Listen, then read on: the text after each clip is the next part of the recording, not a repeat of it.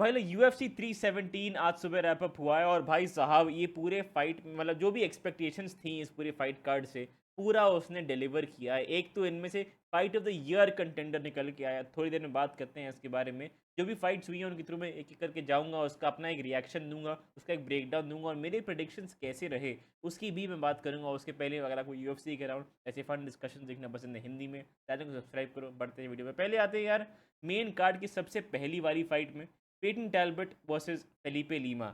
मैंने पिक किया था पेटन टैल्बट बाय डिसीजन इस फाइट में और मैं लगातार एक ये चीज़ बोल रहा था कि यार जस्ट बिकॉज वो हाउनी बार्सेलो से हारे थे, जस्ट बिकॉज यार वो ग्रैबलर मतलब पूरा वही जो नैरेटिव चलता हुआ आ रहा था इस दैट बहुत बड़ा होल है पेटन टैल्बट के गेम में, वो उसको नहीं कर पाएंगे, ठीक नहीं कर पाएंगे, कुछ नहीं कर पाएंगे इस फाइट में। फेलिपे लीमा उनको टेक डाउन कंट्रोल करने वाले हैं, ऐसा सबने पेटन टैल्बट को ऐसे त्याग दिया था जैसे वो अब फाइट कर ही नहीं पाएंगे, कुछ कुछ मतलब बाउंस बैक ही नहीं कर पाएंगे, और वो जो बहुत फूलिश लग रहा था और इसलिए मैंने पिक किया था पेटन टैल्बट को। बिकॉज इवन इन द हाउनी बार्सेलोस फाइट थोड़ी उन्होंने मतलब थोड़ा उन्होंने इनडिसिप्लिन दिखाया था, लेकिन तब भी कुछ लैग ड्रॉप्स उन्होंने बहुत इंटरेस्टिंग करे थे। ओवरऑल ग्रैपलिंग टेक्निक वगैरह ठीक थी उनकी, डोमिनेट हुए थे वो काफ़ी हद तक, बट इतनी ख़राब नहीं थी। हाउनी बार्सेलोस भाई बहुत एक्सपीरियंस्ड है वो, तो उन्होंने वो वीकनेस को बस एक्सप्लॉइट किया है। इस फाइट की अगर मैं बात करूँ, फेलिपे लीमा ने बहुत अच्छा करा है और मैं दोबारा बोल रहा हूँ कि यार, और मैंने इस स्ट्रीम में भी बोला है बार बार कि यार इन दोनों का ना, इन दोनों को आप वॉच करो बस, ठीक है। ये मुझे भाई इस्लाम माकाचेव और अरमान सलूखन की जब सब बहुत पहले फाइट हुई थी, जब दोनों बच्चे थे एकदम, और आज की डेट में वो दोनों टॉप कंटेंडर्स है, इस्लाम माकाचेव चैंपियन बन गए। ये दोनों भी बैंटम वेट डिवीजन का फ्यूचर है, दोनों बहुत ही बढ़िया हाई क्लास फाइट थी ये। पेटन टैल्बट कॉन्स्टेंटली वॉक डाउन कर रहे थे फेलिपे लीमा को, जो भी डैमेज था वो काफ़ी लैंड कर रहे थे ऑन द फीट, लेकिन फेलिपे लीमा की स्ट्राइकिंग बहुत बढ़िया दिख रही थी इस फाइट में। फॉर सम रीज़न वो ग्रैपलिंग बार बार इनिशिएट कर रहे थे, इवन दो स्ट्राइकिंग एक्सचेंजेस कई बार वो विन कर रहे थे पेटन टैल्बट के अगेंस्ट। बट फिर जब कॉर्नर ने बोला कि भाई तो स्ट्राइकिंग अच्छी कर रहा है, ग्रैपलिंग क्यों कर रहा है, तो फिर कुछ तो उसने कहा था अराउंड पावर, कि उनको पावर ज़्यादा फील हो रही है टैल्बट की, या कुछ तो उन्होंने कहा था, क्लियरली आवाज़ नहीं आई थी, लेकिन कुछ रीज़न था कि वो बार बार ग्रैपलिंग एक्सचेंज ही कर रहे थे। अब यार ईजिली जो है टैल्बट राउंड वन जीत जाते, बट पता नहीं क्यों उन्होंने राउंड वन में उनको आइडिया आया, उनको पता नहीं क्यों ऐसा केस के अगेंस्ट बढ़िया वो क्लिंच कर रहे हैं, टैल्बर्ट मतलब फेवरेबल पोजीशन में है, और फिर वो कुछ तो ऐसा करने का ट्राई करते हैं, ट्रिप करने का ट्राई करते हैं, और फिर वो बैक पे गिर जाते हैं, एंड देन लीमा वो कंट्रोल कर लेते हैं।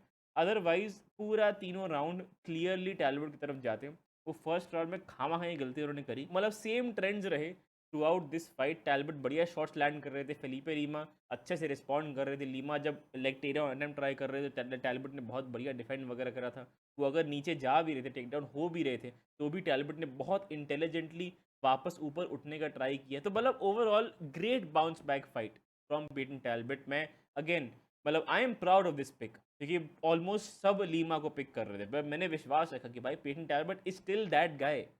अब ये बाउंस बैक करा है, बहुत लेवल अप करा है उन्होंने अपनी अपनी ग्रैपलिंग को ओवरऑल 5-6 मंथ्स में, and the hype train is back baby. Moving on, Beneil Dariush versus Renato Moicano, ये बहुत अजीब फाइट थी, ये बहुत अजीब फाइट थी, ठीक है।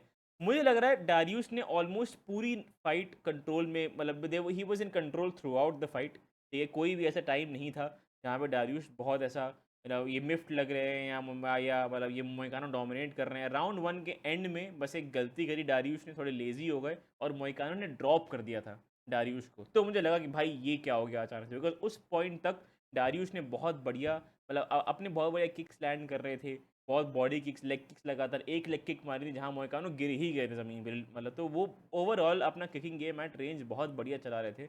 मोइकानो फ्रोजन थे, आई डोंट नो क्या गेम प्लान वो लेके आए थे। एंड मैंने इसकी बात करी भी थी कि मतलब मैंने डारियूश को पिक इसीलिए किया था क्योंकि मैं मोइकानो का पास टू विन नहीं समझ पा रहा था कि वो कैसे जीतेंगे। यही दिमाग मैंने साला कोमेन इवेंट में लगा लिया होता, बट बात करते थोड़ी देर उस देर मतलब थोड़ी देर में उसकी, लेकिन कोई पाथ टू विन नहीं समझ में आ रहा था। मोइकानो का टिपिकल क्या होता है, टेक डाउन करके कंट्रोल करके ग्राउंड एंड पाउंड या सबमिट करने का, वो डारियूश के अगेंस्ट नहीं होने वाला था। उल्टा वो कंट्रोल हुए हैं सेकेंड राउंड में, डारियूश ने almost through out the second round मोइकानो को ग्राउंड पे कंट्रोल किया है। एंड देन थर्ड राउंड में आते हैं, मतलब फर्स्ट राउंड मोइकानो की तरफ गया बिकॉज ऑफ दैट नॉकडाउन, जो पता नहीं मतलब डारियूश आलसी हो गए या क्या हो गए।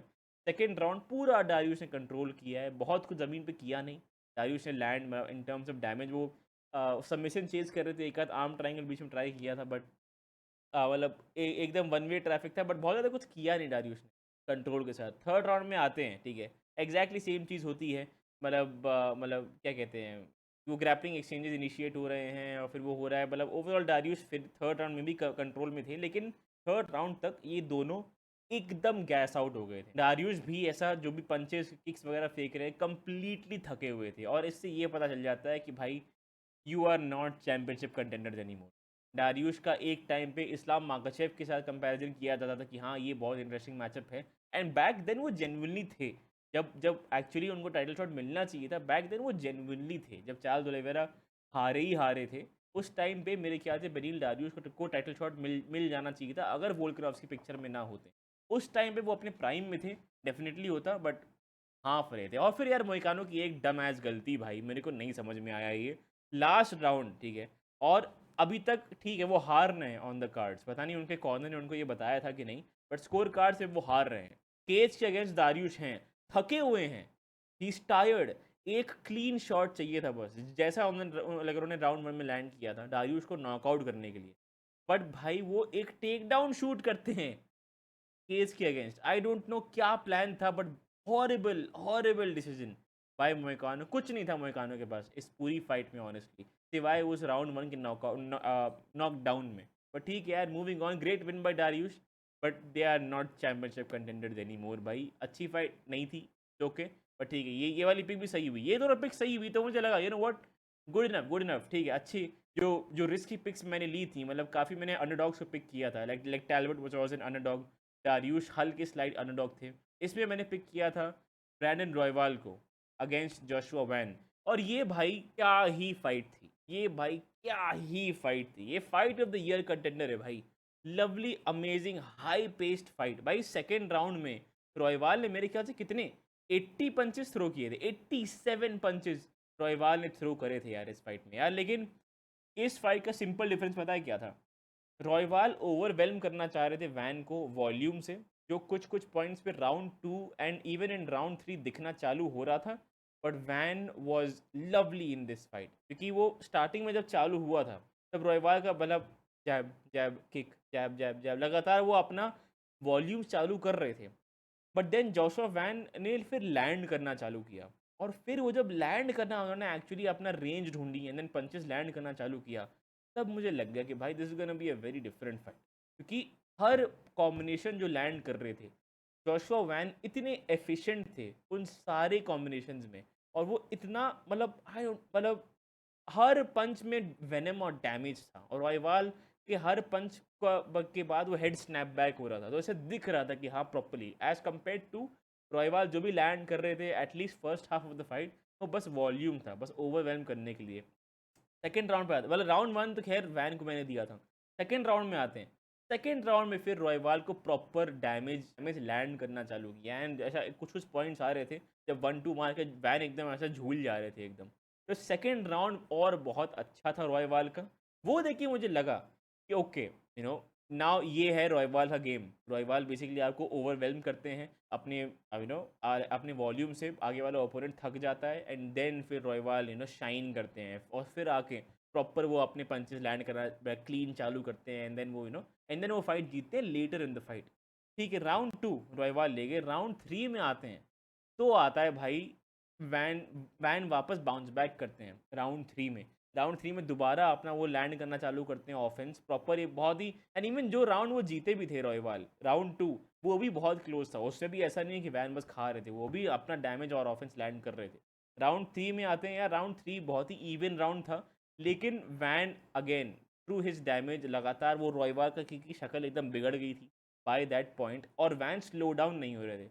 सबसे इम्प्रेसिव बात यही थी, डैमेज जो रॉयवाल पे बार बार लैंड हो रहा था वो उनको स्लो डाउन करवा रहा था, और वो दिख रहा था उनके फाइट स्टाइल में।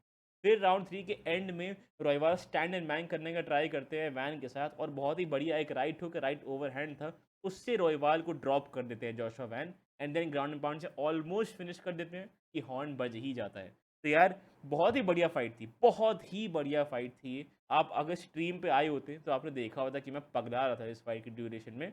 Round one for Van, round two for Royval, round three for Van easy. और जोशुआ वैन का मोस्ट प्रोबेबली उनको अगला टाइटल शॉट मिलने वाला है against Alexandre Pantoja, much power to him भाई, 23 साल का बंदा डॉग है। थ्री थ्री वीक्स नोटिस पे और अब फाइट करी ही करी थी मतलब वैन ने, और फिर 3 वीक्स नोटिस पे उन्होंने ये जो मनैल काप है उनको रिप्लेस करके रॉयवाल को बीट किया है।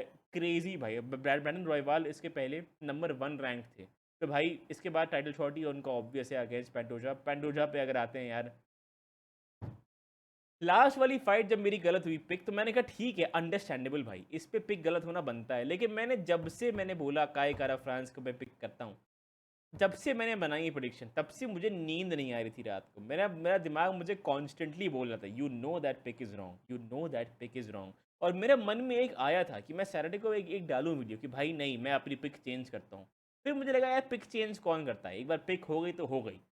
बट यार मैं ये भी नहीं एक्सपेक्ट कर रहा था कि पेंटोजा ऐसे डोमिनेट कर देंगे यार। मतलब पता नहीं क्या हो गया है, लेकिन काय असाकुरा, मतलब काय जिनका नाम होता है, उनके अगेंस्ट पता नहीं क्या रौद्र रूप जाग जाता है पेंटोजा का, कि मतलब काय असाकुरा को भी उन्होंने राउंड 1 में छलनी कर दिया, काय कारा फ्रांस को राउंड 3 में छलनी कर दिया। राउंड 1 पे अगर आए इसके यार, तो मतलब दिख रहा था कि काय कारा फ्रांस लिटरली एक पॉइंट पे भाग रहे थे, पेंटोजा से दूर भाग रहे थे वो। एक पॉइंट पे ऐसा लग रहा था कि भाई डैम, कि मतलब वो इतना ज़्यादा फियर था उनका टेक डाउन का, कि वो लिटरली वाला जो पेंडोजा, जो एक तो ओवरवेलमिंग भी बहुत है पेंडोजा, लिटरली आपकी तरफ भागते हैं वो, और फिर वो ऑफेंस लैंड करते हैं एंड देन आपको टेक डाउन करते हैं। काय काय फ्रांस उससे डील बेसिकली नहीं कर पाए। तो राउंड 1 में for the most of the round वो कंट्रोल हुए on the ground, even though वो स्क्रैम्बल करके उठने की कोशिश कर रहे थे। पेंटोजा की grappling is just fucking crazy भाई। कैसे, how do you beat him on the ground, you don't beat him on the ground. Round 2 पे आते हैं। राउंड 2 कंपैरेटिवली काय करा फ्रांस का अच्छा था, मतलब सबमिशन डिफेंस वगैरह इन जनरल वो काफ़ी साउंडली कर रहे थे, ठीक है मतलब। बट सेकेंड राउंड में उन्होंने काफ़ी ट्राई किया फाइट को फीट में रखने का, लाइक टेक डाउन डिफेंड करे, फीट पे रखा, कुछ ऑफेंस वगैरह लैंड करने का ट्राई किया, बट फिर से पेंडोजा ने towards the end take down कर दिया।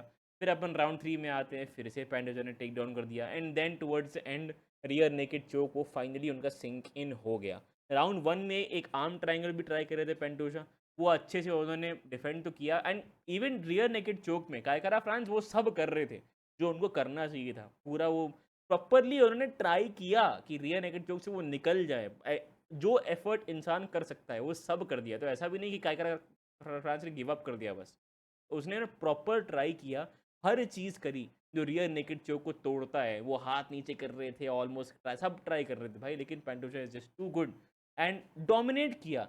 और ये पिक इतनी गंदी थी, मैं स्ट्रीम पे अपने आप को मैं गाली दे रहा था कि यार यू न्यू दिस, क्यों पिक किया तूने काय करा फ्रांस जब तू जानता था।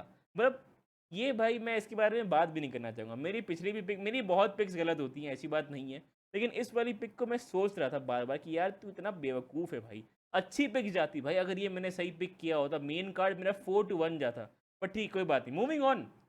मेन इवेंट भाई, मेरी मेन इवेंट प्रिडिक्शन, मेरा कर्स मेरा कर्स ब्रेक हो गया। अब देखो भाई पूरे साल मैं बैक टू बैक जो मेन इवेंट सही देने वाला हूँ ना तुम लोग के लिए, तुम बस देखो बस भाई, back to back main event मेरा सही अब जाने वाला है। Ilia Topuria versus Charles Oliveira, मैंने पिक किया था इलिया टुपुरिया। मैंने कहा था यार चार्ल्स ओलिवेरा इलिया टुपुरिया की सबसे मुश्किल फाइट होने वाले हैं। डैम, इलिया टुपुरिया की पावर लाइट वेट पे अलग ही लग रही है, अलग ही थी ये फाइट। राउंड 1 इजी नॉकआउट था यार इलिया टुपुरिया का, मतलब मेरा मेरा एक ये था कि यार शायद ग्राउंड पे इलिया टुपुरिया दिक्कत दे, इलिया सॉरी मतलब चार्ल्स ओलिवेरा दिक्कत दे इलिया टुपुरिया को, बट वो ग्रैपलिंग एक्सचेंज भी ज़मीन पे जीत गए थे इलिया टुपुरिया। और यार लेग लॉक ट्राई किया था चार्ल्स ओलिवेरा ने, उस पॉइंट पे मुझे थोड़ा सा डर तो लगा था, ठीक है, जब वो, क्योंकि उसी पैर पे इलिया टुपुरिया का क्या कहते हैं उसी पैर पे उनकी सर्जरी भी हुई थी, तो मुझे थोड़ा डर तो लगा था जब, अगर मैं ऑनेस्टली बोलूँ। लेकिन यार वो उठे, क्लीन जैब लैंड किया उन्होंने बार बार चार्ल्स ओलिवेरा पे, और ऐसे नहीं जो रॉयवाल वाले जैब नहीं कि बस छू रहे हैं उनको, जो जैब लैंड कर रहे थे, बॉडी जैब हेड जैब, बॉडी जैब हेड जैब लगातार जो चार्ल्स ओलिवेरा को मार रहे थे, बहुत क्लीन वो लैंड कर रहा था, और डैमेजिंग था वो जेनविनली। और उनका एक तो बहुत जल्दी वो कट भी हो गए थे चार्ल्स ओलिवेरा, स्टार्टिंग मतलब राउंड के स्टार्टिंग में ही वो कट हो गए थे, मतलब एक मिनट भी नहीं किया था। और वो जो फ्लरी जो चल रहा था इन दोनों के बीच में, उससे इनका आईब्रो कट हो गया एंड देन वो नीचे चले गए।